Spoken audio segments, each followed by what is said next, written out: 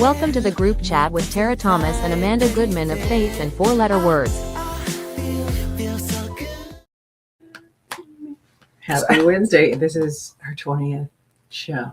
Is it really? How does it feel? It feels good. It feels good. It would feel even better if it was lighter outside and it was still not winter. But it is February 25th. I have to give a heavenly shout out. Today is my Grandma Grace's heavenly birthday today. So every time I wake up on this day, I think of her. Like when she was alive, we would have to be forced to eat red velvet cake. Oh, I love red velvet. Do you? Yeah, you don't. No, because it looks like you're hacking into someone's organs when you're like, open the Remember cake. the Steel Magnolias. Yeah. It looks like an autopsy. armadillo. Looks like an autopsy. Great movie. One of the best movies. So we are excited that we are here on Wednesday. Basketball season is over for all of our teams, but it's okay because we are ready for baseball. We are ready for soccer. However, Correct. this is the first soccer season I have been dreading because it's the last. It's the senior year. It's so another last. Right. Yeah. So the big news of the day, obviously, is President Trump had his State of the Union address last night. And as always, I had to log off of social media because it's just very heated right now. And it's too much. Like, doesn't matter if you're over here or if you're over here. I was just like, it's just too much. The visceral or so I didn't watch. Yeah, so I watched most of it and enjoy watching it every year. As we've talked about, we're political news nerds, poli-sci minors. So it was something for me, like so many things that are kind of appointment television moments, where I just thought I loved that the guy who was piloting the Chinook in the Maduro military installation, as they called it, he was severely injured to the point where literally blood was running down the helicopter from all the bullets in his legs. So he was able to stand with the help of assisted, like a walker, and he and his wife were there. And then he received the highest honor, which would be the Presidential Medal of Freedom. That's wonderful. And his presentation, I thought to myself, as everyone was understandably cheering, these are the people who should get standing ovations, not musicians and artists. Yeah, absolutely. Or people trying to have their 5 minutes of fame by just spouting off just hate. So I'm going to have to go back and watch now that I can watch, right? So I was in a meeting the other day, and I was waiting to walk in, and they have like a lobby, and they had a television playing up top. So it was set like a doctor's office, but it was like a business office, right? And they had The View playing.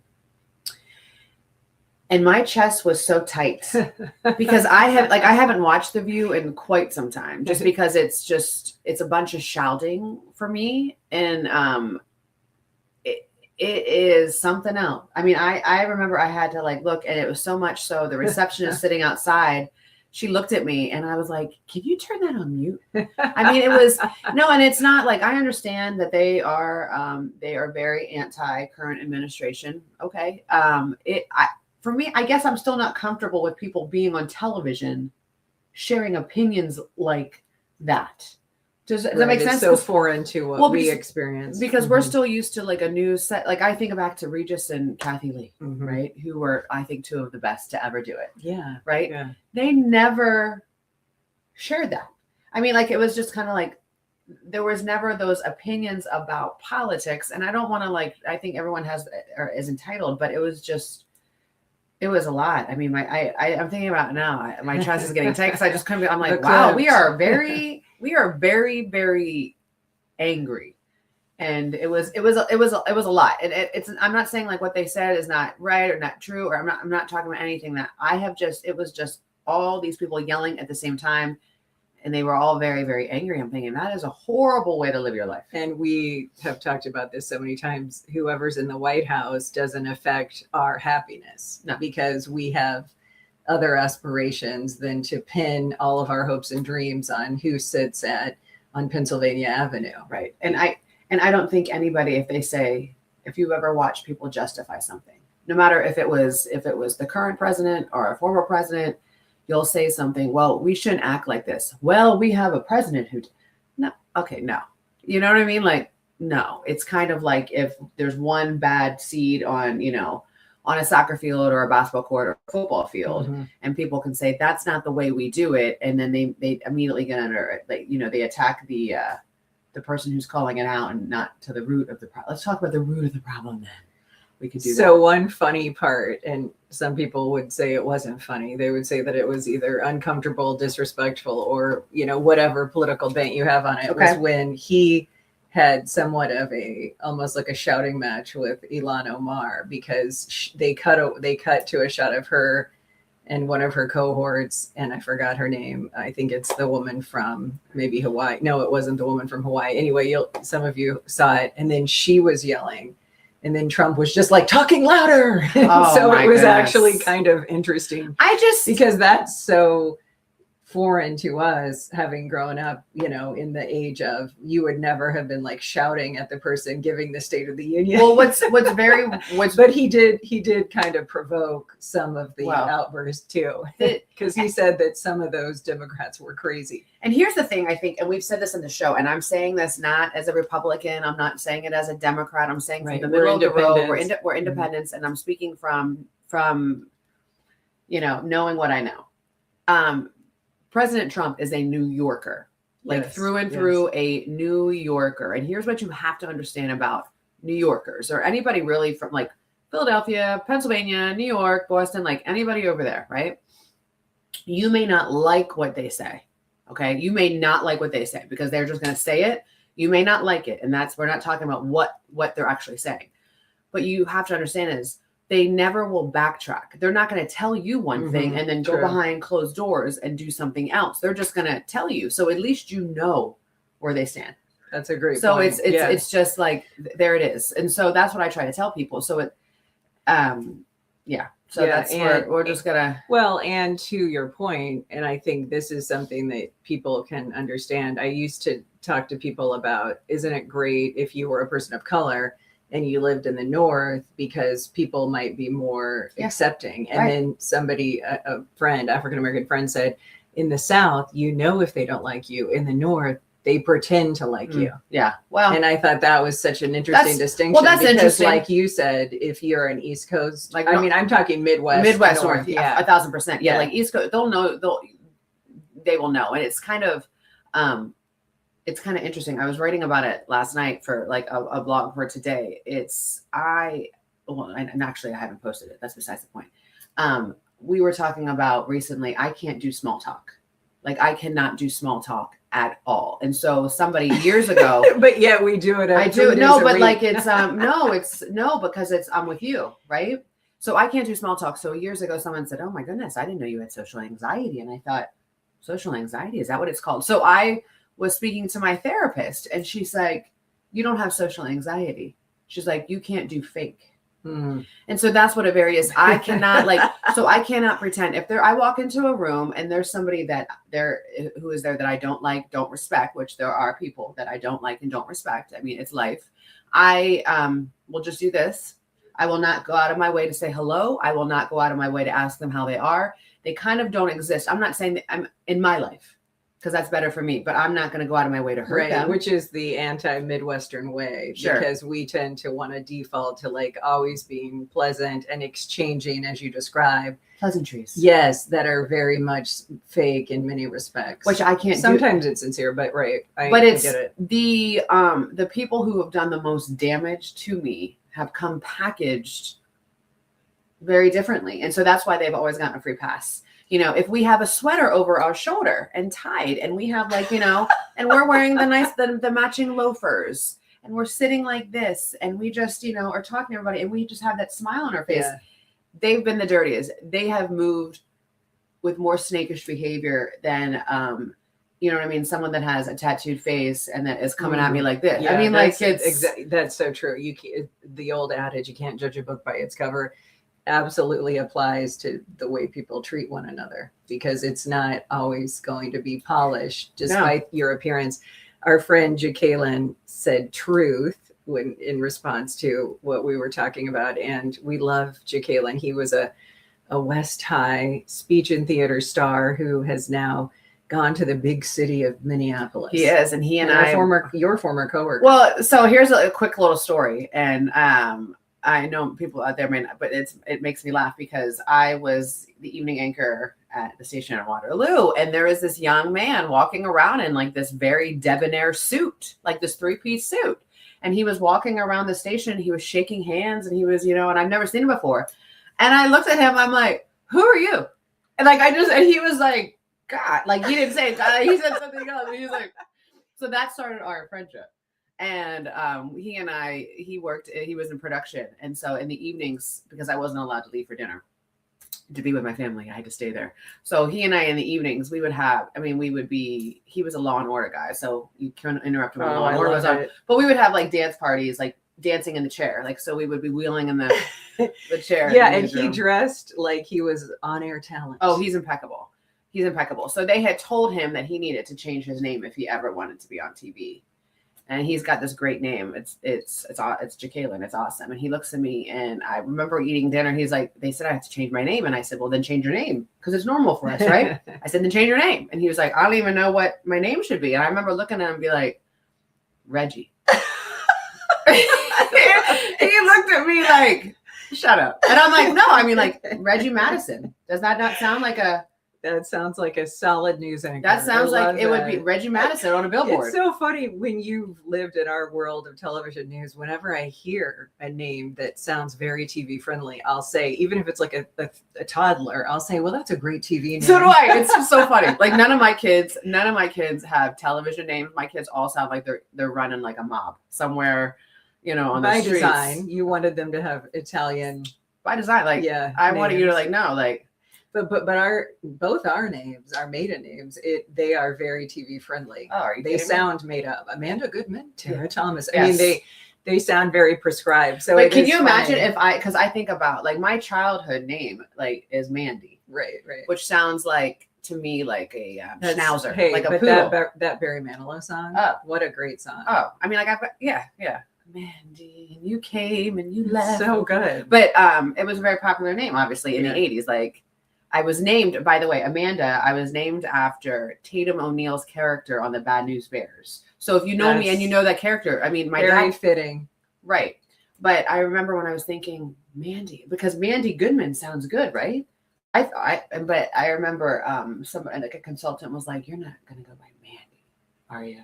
And I'm like, I guess not. Like it's Amanda. And Amanda was born. Amanda. Jenny Birdnow, our good friend, said Amanda's same. I will never be accused of being fake ever. And the crazy thing is, Jenny just exudes joy.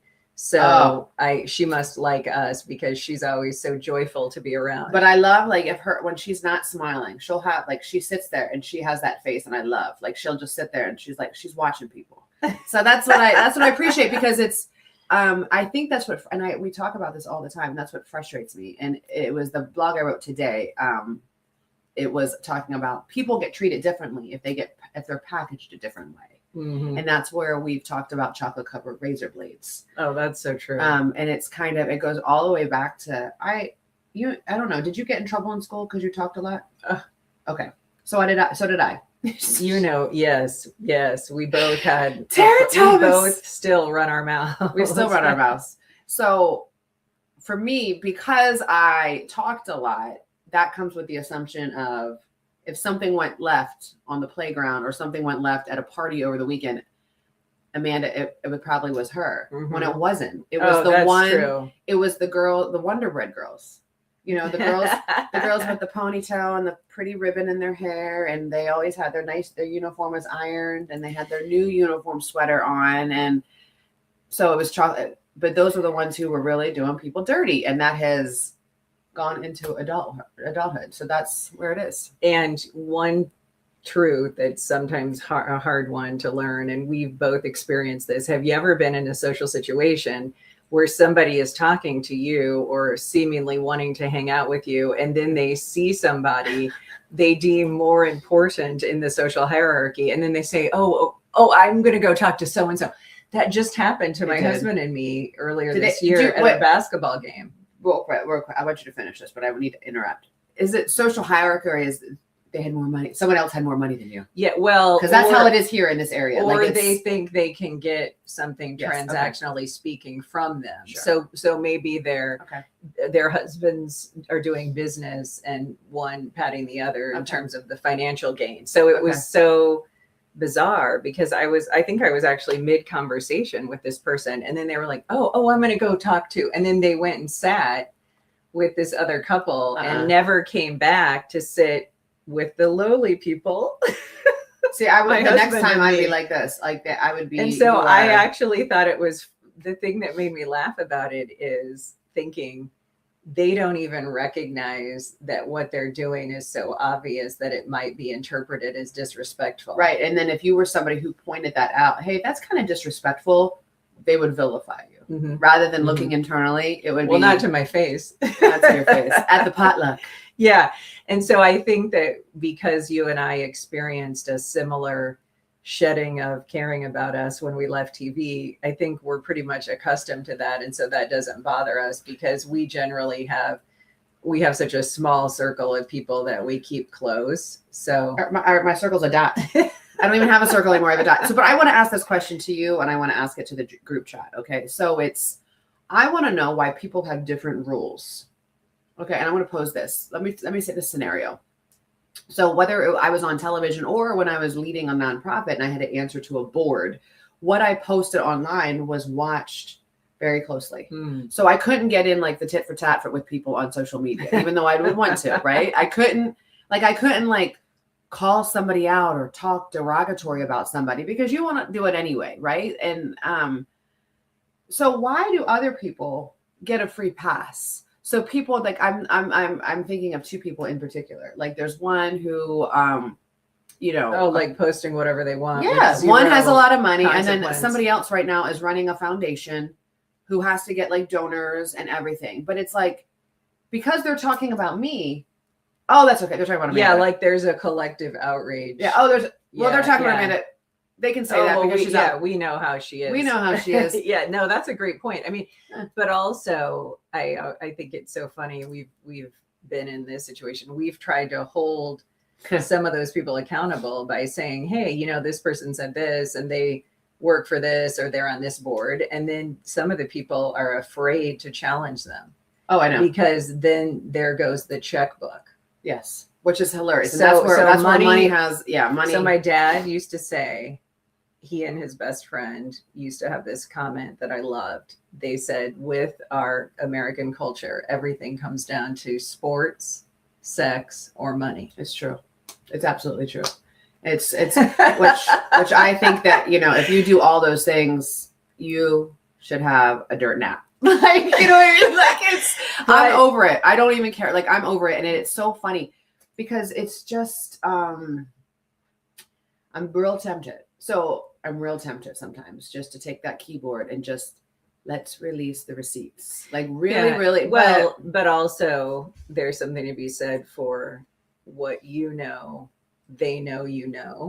yes. And so it's good that you are respecting the Yeah. privacy of circumstances and situations that could really open the floodgates, so to speak. And especially where families and children are concerned around schools Right. and advocacy.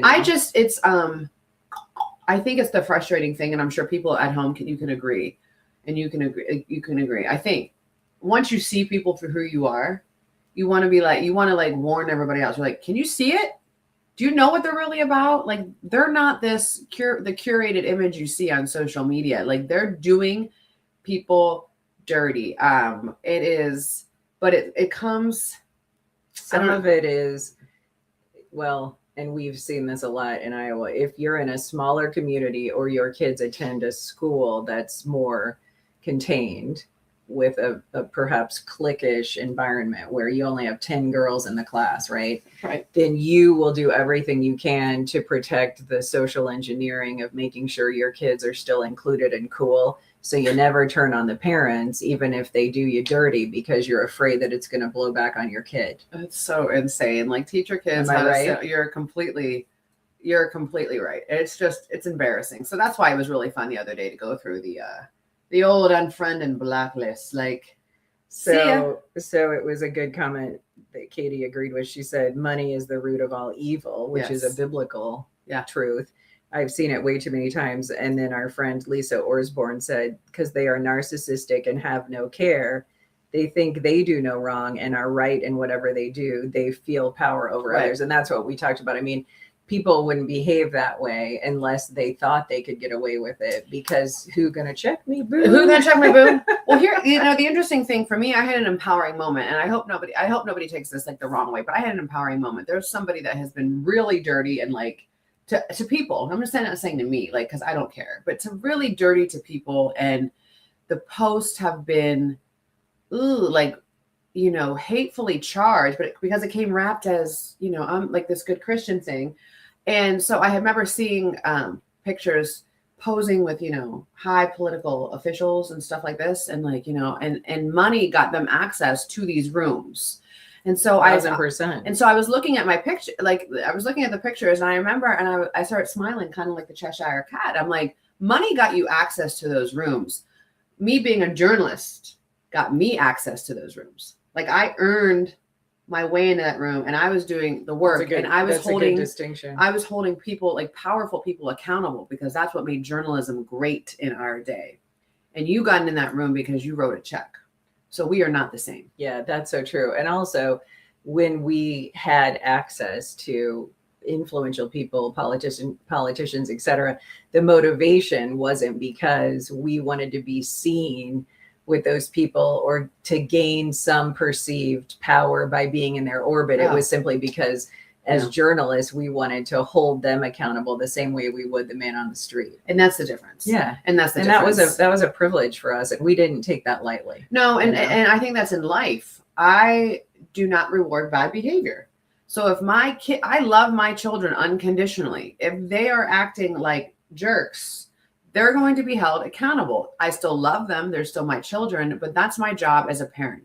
In a community, when you see somebody else in your community, acting out of pocket, it is our job as community members to hold that behavior accountable. You don't have to worry, like, without worrying, well, I'm going to lose my seat at the country club. Who cares? Like, so that's the difference. That is the difference, because that's why I laugh when people say, associate having money with being classier. I think you lack class, because you're willing to ignore things.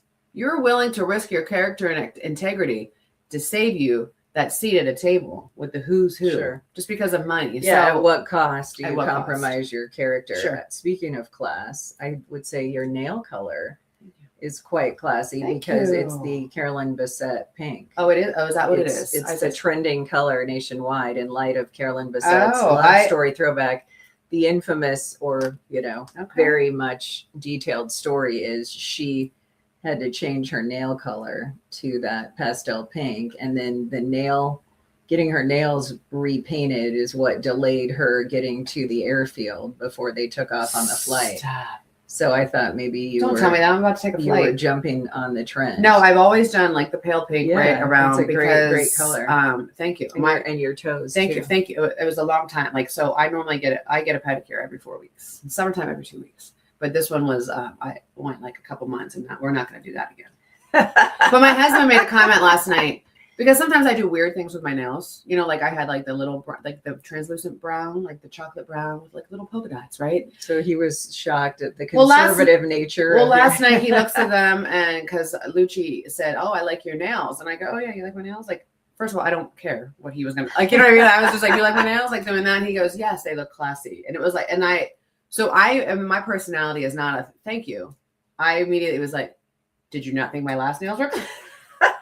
And he just sits there. He's like, "Oh my god, like just." So if you'd like to see those nails in person, we'd love to have you join us tonight at the Starlight Ballroom in the wonderful community of Lawler. Some 400 people make up the town of Lawler. It's about 48 minutes north of Waterloo, if you're Yes. trying to place it geographically. And our friend Curtis Franzen and others in the community invited us back. Last time we were there, it was been a a minute. couple of years ago. Yeah.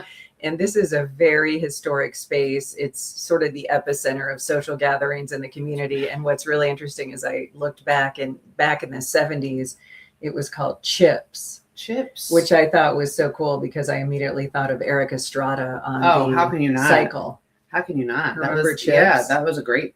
What was the other guy's name? We always knew Eric Estrada's Yeah. name, but what was the other guy's name? He was the blonde. I know. But need I to lean look that towards up. Eric Estrada because I only like dark hair. Yeah, I liked them tan. both. I thought they were both good-looking guys. Yeah, here we go. Chips cast. Okay, so we had Officer Eric Estrada played He had a great smile. Officer Francis, and I can't read his last name. Oh, it was Larry Wilcox who played Jonathan. Oh, he did not age well. Oh, Yeah. sorry. He's Sorry. 78 now. Isn't that wild? He doesn't look. I would never have recognized him. So that is like an American classic. And then along with Chips, people would have watched at that time Charlie's Angels, Oh, and then sure. of course we Lived and Died by Dallas and Falcon Crest, and Yeah. then some people Dynasty. And I mean, yes, Linda Evans, iconic. I just never embraced Dynasty the way I did Dallas and Falcon Crest No, and what I miss about that, like with Joan Collins. they like Dallas taught you to do this. Like when you were on the phone, they would say, "Okay," and they would do the slow. You've seen it. I have one of those like kind of throwback landline phones with the receiver. I need to get it out No, because we need to do like a photo shoot with Oh my gosh, with the old school. I noticed I the Gen did X, and like we still do this. Call me. We still do. Call me. I had the phone. Remember, like it was like I had the clear phone, of course. But remember the phone that was like it was meant to look like the antique phone. Oh yeah, you know what I mean. Well, my And so- sister had the Pac-Man phone where you opened my Pac-Man. Who had the But- burger phone though? Who had the cheeseburger phone? So the craziest part about Pac-Man it. phone. That was like, oh The man. craziest thing is how long we had to have the cord in order to actually like take it all the way to the bathroom and hide with our phone. This is what kids don't understand today. Like when you're on the phone and you finally got up enough courage, like to call your crush, and then you're on the phone and you're like doing this, and then you the hear parent the parent picks up the phone, and then you hear them dialing it, and you're like, "I'm on it, Mom, I'm on it." Who are you talking to? Randy, who are you talking to? I'm like, Mom, please get off the phone. Now, who are you talking to? And you're like, oh my gosh, I need the phone. Get off the. And you're like, you need to get a bath. And you're like, oh my god, it's so, like, if you like, It's generate so everyone true. who is watching who has ever had a landline phone knows that utter embarrassment. Also, the other like, we would call people and you'd work up the nerve to call somebody, Mhm. and then it was like a busy signal. Or they would click over because we had if they Call were wait. Oh, if they had were, some money, if we had some uh-huh. money, you'd have some If call they were waiting. more affluent, they had call waiting, and when they flipped over, then they would say, "Hold on," and then you might get put on hold because they had to flip back Yeah. to the party line. So I was live the party line. Do you remember like, and then when cell phones first came out, that you could have a ringtone. So when someone was calling you, Yeah, instead of like they wouldn't hear like the dial tone, they would hear like you would play like a song. So do you remember that? Oh, so all I the just heard time. mine that because I I had. sent you. Remember the TikToks where people are recreating? Oh, It's like how we they need to do that. recorded their voicemail songs So, in the 90s. I just heard driving here. I heard "Come and Talk to Me" by Jodeci, a classic. Classic. So it would be like, "Come and talk to me," and I would do it. My voicemail was like this. Sorry, you can't talk to me right now. And then wait, when you were recording it, then you had to Yeah. turn the volume down. You had to fade out. So my friend, this is a classic. She did. So funny. Who are you? The Who, Oh, wasn't it, yeah, or something? yeah. Like she had that as her voicemail, and it was hilarious because you would listen, and then you'd be like, "Okay, get to the beep. Get to the beep. My dad would hate it. My dad would be like, "Knock it off." Come and talk to me." Yeah, he's That like, is so "Come and great. talk to me," and I'm like, "You can't talk to me right now, but you can leave a message." I'm like, I think about that. Like, my dad was like, "Stop it. Like, stop. Like, that's not professional." I'm So- like, I'm 19. I have to say hello to my Aunt Bonnie. She's watching from Illinois. And then Amy Shannon said, OMG, so many family wedding and anniversary dances at Chips. So I love it that some of you have those memories from Lawler. And if you do want to come to our show tonight from 6 to 8 at Starlight, at the Starlight Ballroom, you can go to faithandfourletterwords.com and there is a link to the upcoming show. So after tonight, we go dark. Hiatus. Yeah, we go on hiatus and then we're back the end of March. We can't wait. On Tuesday, March 24th, we're going to be in the lovely community of Alden. And on Wednesday, March 25th, thank you to those of you who encouraged us by by popular demand, Jessup. we are coming back to Jessup. Yeah. Jessup, Iowa, a town we also love. And we would just love for you to come hang out with us at the Jessup Country Club on Wednesday, March 25th. Those tickets are selling very fast. And we have this big project in the works, and we're really excited. Our children's book, that we had some issues with illustration, as we know, frustrating, but we're, Tara and I have done this all on our own. We're really excited about it. Self-published, as they say. We are releasing children's books, and we're starting with 2 for little girls, and and boys can read them too, obviously, but for girls, because the first time a girl uses her voice, she's called bossy. The first time. And so what we need to teach our little girls, like, you're not bossy, you're learning how to lead. And that's, I have I have strong leaders in my house. Yeah, don't dim your light. Don't dim them, because they are learning how to lead. And I have to tell you, I have Luciana, as we all know, not Lucci like Gucci. She has always been very spicy, and I've always been very, very careful of not to call her bossy, right? Because it's even for women, it's the natural thing, like, stop being bossy.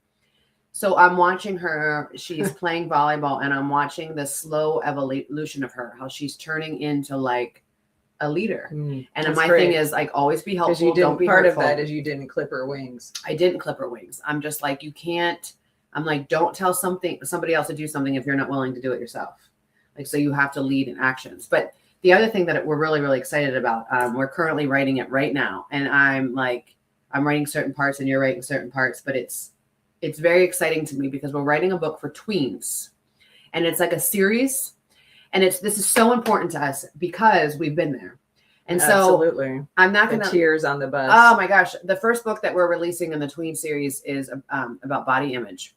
And it's I hate the word triggered, but I'm gonna use it. It triggered me because there's a young woman, basically, she's strong, she's muscular. She's not the little skinny, bone skinny girl, the skinny, stereotypical cheerleader.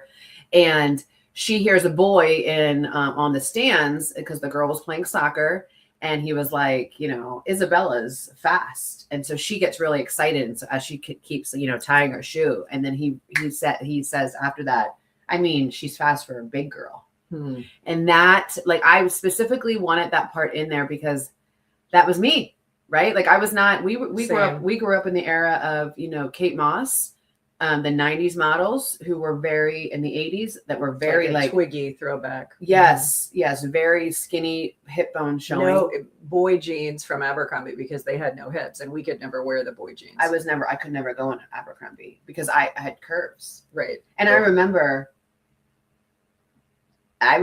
people who worked there would look at me, and their look showed me that I didn't belong in there. And because they were famous, they had a type. Oh, who they would hire, right? And you wouldn't have been a type 2 because you were too tall. Yeah, exactly. I was too big, like Amazon. I would have, killed her, been as tall as you. But anyway, so we are really, really passionate about it because despite what naysayers will say, those two chicks just like talking about themselves. No, we're trying to make a change. And we want to take that bucket of water back all the way back to those little girls. So no one has to go through. They're going to go through it. Right. But we just want to make sure they have a toolkit. And young girls today have it worse because of social media. Right. So I think that's the added layer of insecurity that so many are dealing with. And we just hear from moms and daughters all the time about some of what we can relate to, both in our childhood and then in our professional lives. And so, this is an exciting foray for us into youth literature and children's books too, which is really cool because we're going all the way down, to the toddlers. You got to train them young. You have to start it young. So Christy DeVries said, I'm dying. We had a party line with an elderly lady, and she would always pick up and listen. And that reminds me of my mom said back in the farm days, when she and my dad grew up on farms, the lines when they had the telephones, it was shared lines with neighbors. And then you do like 3 rings was one farm, or 2, they had individual rings, but you would hear everybody's ring, and then you could pick up and you could listen in to the neighbors. And so my grandma Thomas was infamous for always listening in to all the neighbors' calls, which was hilarious. And my dad very much apple doesn't fall far from the tree. I'm sure he listened in on a lot of my calls. And then Amy Shannon, this is great. You'll appreciate this. She said, I miss slamming down the phone to hang up. Because remember how that you was got mad at somebody. Yeah, you could just and it never like failed. now you can't, like you're pressing the button. Yeah, and your mom would, don't you dare hang up the phone on me like that, young lady. You know, if they called and said, Tara, you know, and this, my mom was good about if she were working in the summer, especially when she was back in college getting her doctorate, and my sister and I were home, we would have the list, remember, on the kitchen table. On where the you back had of to an envelope. So I wasn't one to do this, but my sister had been known to get mad at my mom. And one time my sister in 8th grade was on a trip to Mexico with her class, and she got in an argument with my mom when she called from Mexico and hung up on my mom. She hung up on your mom, on Joanne. She was in Mexico. Was Joanne livid? I mean, my mom. What are you gonna do? My she was mom, in Mexico. Nanette Marie Goodman would have been on a flight. She got payback because shortly thereafter she was snorkeling and she sat on a live sea anemone and she had like a massive reaction. Okay, that's karma. No, my mother would have. And I'm calling her mother. Called a sea anemone. I don't know, but like Nanette would have been on a plane. Nanette would have called the cartel. So Nanette would have called the cartel and be like, "Go get her." I remember, like, there was just a different, and we don't have that. And I think it's because we went through some for me, I went through some things as a child. Not, I mean, like my parents, I grew up in a loving home. I'm not saying that. But I remember there was an incident on July 4th. My dad will bring it up every year on 4th of July. My dad calls me, remember what you did in 1993? Like, I mean, we all remember it vividly. I was 16. I was honest with my parents. I mean, I was not where I was supposed to be. I've since told him the truth. I was in the woods at a party. And a friend of mine told me she was taking me home. It always starts with, well, I was in the the woods. Drinking Boone's Farm. No, I wasn't even drinking. We were in there having a bonfire, hanging out. I was supposed to be at the fireworks. She told me she could take me home, but she's like, don't tell my parents because I can't drive through to the city. Because she was from like really, really wealthy area, right? So she couldn't drive where I lived to take me home. And so I was like, okay, I won't tell. Well, long story short, she leaves. And I was allowed to be at home at 12:30 that day, only because it was 4th of July. No cell phones. 2:00. I'm getting home. My gosh. So my friend had a Jeep and he's pulling up in my neighborhood and he's coming over the hill and we're coming down and my mom is in her robe on the front porch. And I looked at my friend Travis and I said, keep driving. I was like, keep driving. And he was like, no. He's like, I'll explain to your mom. And I said, Travis, you don't want to talk to her. She drove by. No, we didn't. I wanted to. Because I was like, you stopped. So she proceeded to extricate me from the vehicle while my seatbelt was still on. Yeah. And yeah. So Nanette did not play. Like, did not. And my mom, like, I wrote a blog a long time ago about the wooden spoon. And some people were like, oh my God.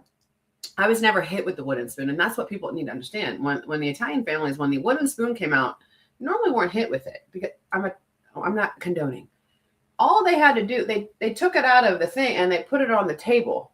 Like, so you were watching. Been warned. Yeah. So once it came out, that's all that needed to happen. It's kind of like the look. You know how long she had been standing on that porch because there was no location tracking. Like right now, my chest hurts. Like, I tell my parents all the time, I'm so sorry. Like, and my dad said to me, my dad was out looking for me, which that breaks my heart. He was out looking for me. And my dad came home that night and he said a line I will never forget. He said, one of these days you're going to understand. He's like, and you're going to be a parent when you understand. The two best sounds you can hear as a parent is when your child cries for the first time when they're born and the sound of the door opening at night. And my dad, I was like, because now we stalk. Like, I have to set an alarm for Gia's because I'm sleeping.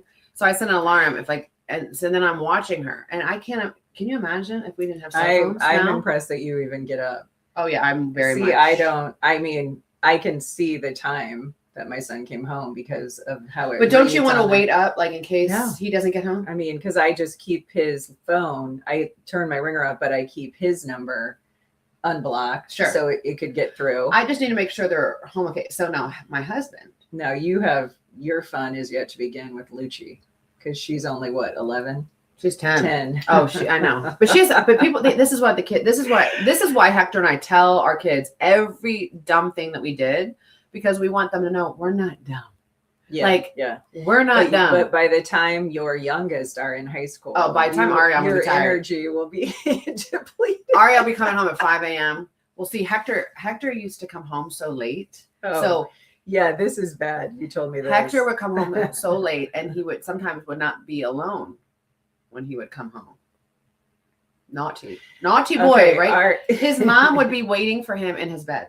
So she would be hiding because she's like, I'm tired. He was like, no, I got home. Like he would lie. He'd be like, no, I got home. So she knew he was lying. So he would come into his room like at 4:00 in the morning, and there is Mamita. She's like, hello, like just sleeping in his bed, waiting right? for him in his bed. It's hilarious. That is, well, and it was diabolical that she would be in his bed. I love that. Like that's sits when up you like really, Drac. yeah, Sits you up think- like Drac. Like you hello. think you made it into You're the like- bedroom, and then you're like, wait like, a minute, got she's ya. in there. Yeah. Michael Sharp, who's watching, said our mom would stand in front of our apartment building and yell our full names, followed by "Get your ASS over here right now! Hurry up! Do it now! Move!" Yes. That is great. Same. And Yeah. then you and Michael, correct me if I'm wrong, but everybody knows this. Growing up in Gen X, baby boomers, whatever, not only were our parents yelling at us, then the neighbors were like, why would you do that to your mom and dad? Like Oh, everyone. yes. Well, yeah, got there was involved. a collective outrage if you were being bad, whereas now people want to fight. The parents want to fight over kids not getting along instead of trying to rein in their kids. Oh, people want to, they want to make they want to make excuses for the behavior. My Mhm. parents were at the beach for one weekend, and I had really good parties in high school. Really good parties in the basement. So, but they were gone. Yeah, my but parents- you had the neighbors watching. Well, yeah, my dad's best friend and their neighbors. He was one of the lead investigators for the Pennsylvania Attorney General's office. So he was like highest level, of law enforcement. And I will never forget. I'm sitting there. We're having a party. We're downstairs, and then here comes, and I just see like my parents have like the traditional basement, where it's like this door on the top of the stairs, and it was like the finished basement. And I just see Vince coming down the steps. And I was like, I couldn't breathe. I mean, it's getting tight now. So Think the neighbor guy came into the and house. he looks at me and he looks at me. He was like, I'm disappointed in you, Mandy. I'm disappointed in you. He goes, everybody out. But it was like being told, and you're right. But that's how like it was. a scene out of a movie. But that's how it was though, right? Like every neighbor and every, like your parents' friends, they were also looking out for you. And that if that meant disciplining you, that meant disciplining you. And I miss that. It is such a gift right now in our modern age. If you have neighbors that are still involved in your lives enough, like ours, where we live, to send you a text and say, you left your garage door open, Yeah. right? Or there's a car that I don't recognize on your drive when they know you're out of town. I mean, so when you hear these stories about how isolated people are, it is a blessing if you live in safe enough communities where you can have a lot more engagement and sort of a shared, neighborhood watch, if you will, to coin the phrase from the 80s in your street or your neighborhood. And it is a blessing, but I think what stinks now, and I think this is where a little bit of the chip away of decay of our society is that if somebody, like if I called somebody and said, listen, I want to tell you a heads up, your kid is knocking trash cans down. Yeah. No, he's not. He would never do that. Whereas like if you call me and say, listen, I got to talk to you. And I'm like, my first response is, which one of my kids did it? Like, I'm like, my kids have to prove to me that they didn't do it. Like, I'm so sorry. Because I still want to be in that old school parent, because I think it serves your kids really well when you have a whole entire village holding you accountable.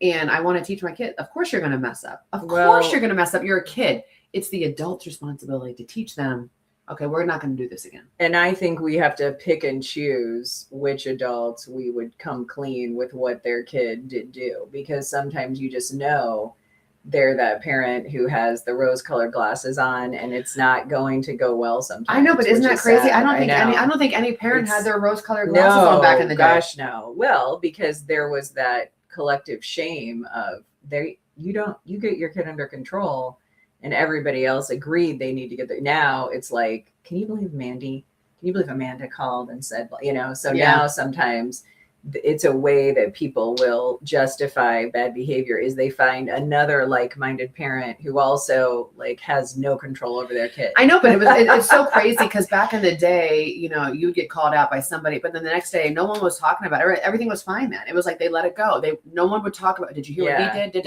It was just because everyone's kids were messing up, and everyone recognized that all of our kids are messing up. But well, now we're just way too much in everybody's business, and then people are sharing everything about that on social media. So, I mean, I've seen people commenting on social media about other people's kids in a way that is a passive aggressive way for them to see and hear it. Right. So my thing is, I love, especially on the neighborhood pages. Oh my God, the neighborhood pages. And then I love, there are student run pages out on the, you know, Twitterverse, which are, they're actually, some of them are really funny. And I'm not going to say them because I want those kids keep being creative, but there was one page that was being run. This was years ago. And it was, some of the things were posted were so foul and disgusting. I was like, ew, like, okay. But then at one time found out who was running it. And I'm like, that's funny. Like, well, you were surprised because the parents would be very embarrassed. They would first also deny he would never. Oh, but he did. But he did. Right. So that's what's really funny about it. Melissa Byerly said, I have a neighbor that lets me know if something is going on at my house when I am not home.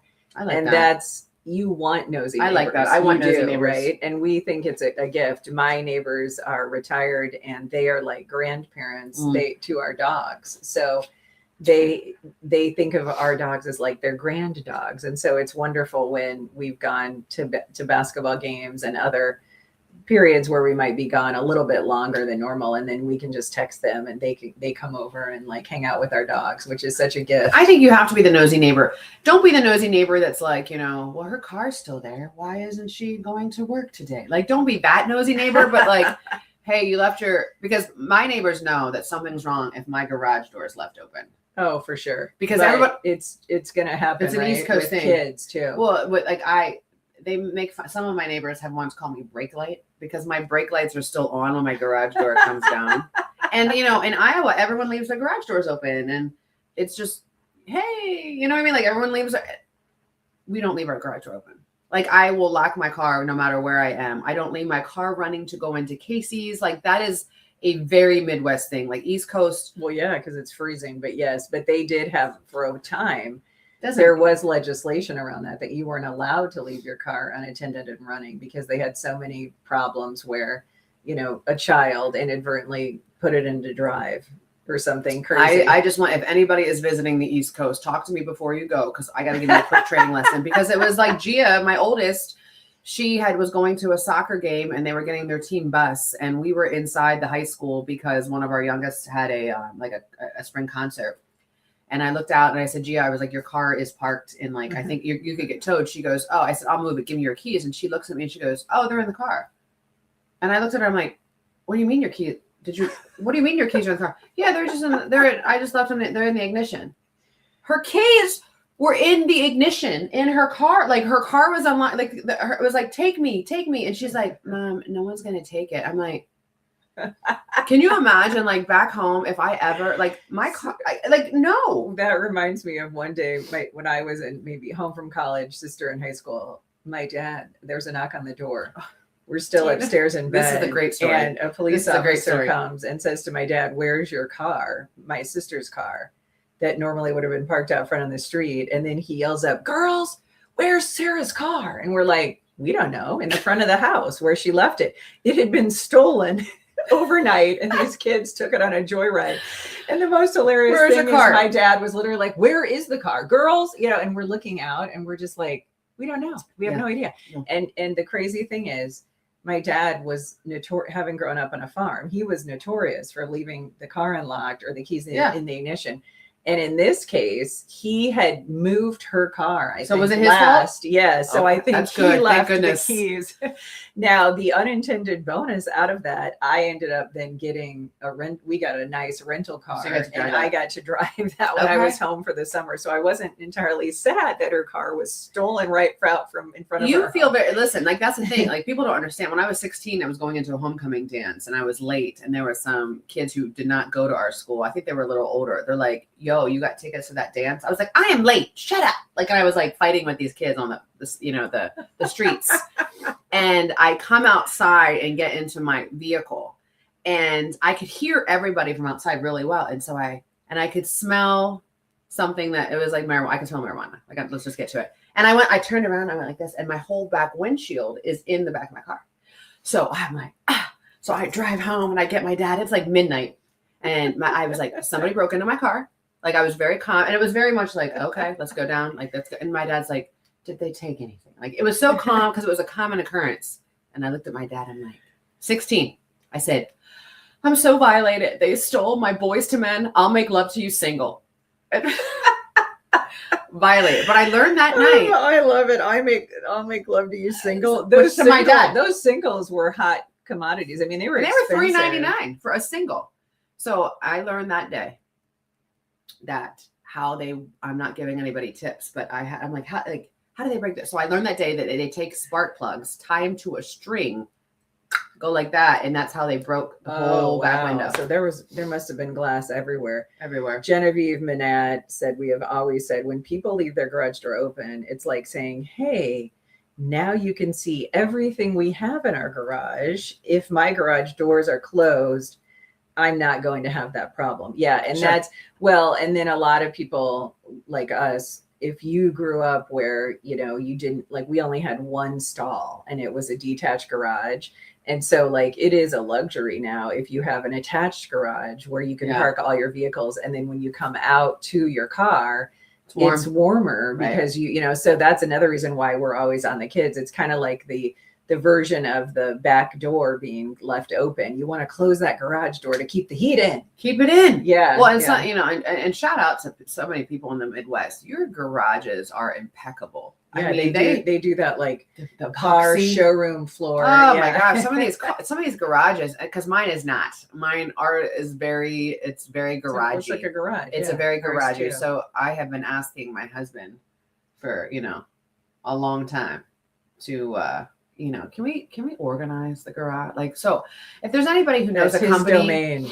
Yeah, but if anybody knows a company who can come in and organize a garage, like hang things on the wall, that'd be a good business. It's a really good business. I just gave somebody a business idea if you're not doing, but seriously, if anybody knows of anybody who knows how to organize a garage, like get everything, it's just, there's so much. And I'm at that age where clutter gives me anxiety. Mm-hmm. Mm-hmm. Oh, we talk about it all the time. I mean, when you're already having a bad day and all the things or the stresses of work, when you come home, it just exacerbates the mood if things are in disarray. Yeah. And we both have that same kind of predisposition. I have to share something with you. I'm going to post this video later because it makes me laugh. So I don't know if you and Sarah, you grew up, did your mom put things in the crock pot? Sometimes for sure. Yeah. Okay. Which I loved. I mean, it wasn't like probably as frequently as what you say you use it, but yeah, but you have to understand, I was a hot lunch kid. I never ate cold lunch. So I'm not picky, Okay. Right. So I would have never been upset. So my brother and I, when we would see the crock pot, we'd be like, oh my God, like we hated the crock, because back then it was like crock pot chicken and it was like boiled. It just smelled like that. It just smelled. And so my brother and I would try to. You're doing it to your kids. Well, it's hilarious. I tried to do it, but my brother and I would try to sabotage the crock pot. We would like unplug it or we would turn it off. And then so my mom would come home and be like, what happened? And my dad would say, well, maybe you forgot to turn it on. Like we would make my mom think that she was crazy. Oh my God. So now I'm torturing poor lady. I'm a working mom, right? Like that's a double superlative, but like I'm a working mom. So we do the crock pot meals, and the crock pot meals have come a long way from 1985. Sure. But my son hates the crock pot, like hates. So yesterday, Hector went to pick him up from school. And he's already texted me. He wants Taco Bell. And he was like, I said, when you tell him, I go get it on video that we're having a crock pot meal. And he got it on video. And I have watched this. Got it. We have to play it. I was laughing over and over because I mean, it's literally like, he's so mad about it. He's so mad about it. So I don't know if anybody else has those kids have those reactions when they, I mean, they're like this. When they see the crock pot. I love it. Well, and it's true. It's like you can go on Chat GPT AI. You can even put in, these are the ingredients I have. Help me make something. Chat GPT. I use it weekly for meal meal right? plans. Mhm. And it will be like, I'll say, it's a snowy weekend. I want to make something in the crock pot. Yeah. Chat It's- gives you like 10 it's, different. It's crazy how, I mean, so for all the people afraid of, you know, the robots taking over, Use it for there's recipes. so many ways it can enhance Oh. your life and then take some stress off of working moms and dads. But I you know? do feel bad for, you know, the recipe book, the cookbooks. Oh, sure. That's a dying breed. Those are Pinterest. a thing of the past, but you would hope that you hold on to that The special that ones. stained family recipe Of course. card, or you know, or the meatballs and the the marinara. handwritten one that's been passed down, handwritten in cursive. I have some People of those. have those. Have you seen people take those recipes and then they put it on their wall? They have Oh, have you seen the that? No, Like, that's it's like, cool. Like in it'll the be like a kitchen. one wall and it's like the recipe blown up. Oh, and I it's, love that. It's really cool. That's a really good idea. That's a very Pinterest. It's a pin. very it's idea. very I have those, my recipes, and where they have like the stains on them, but they're folded, and it's like it's meatballs and, you know, the gravy sauce, not brown gravy. So if you are interested in joining us on the road, you can go to our website. But also, we wanted to mention that we have had, great success in the last, since September when we released our first book.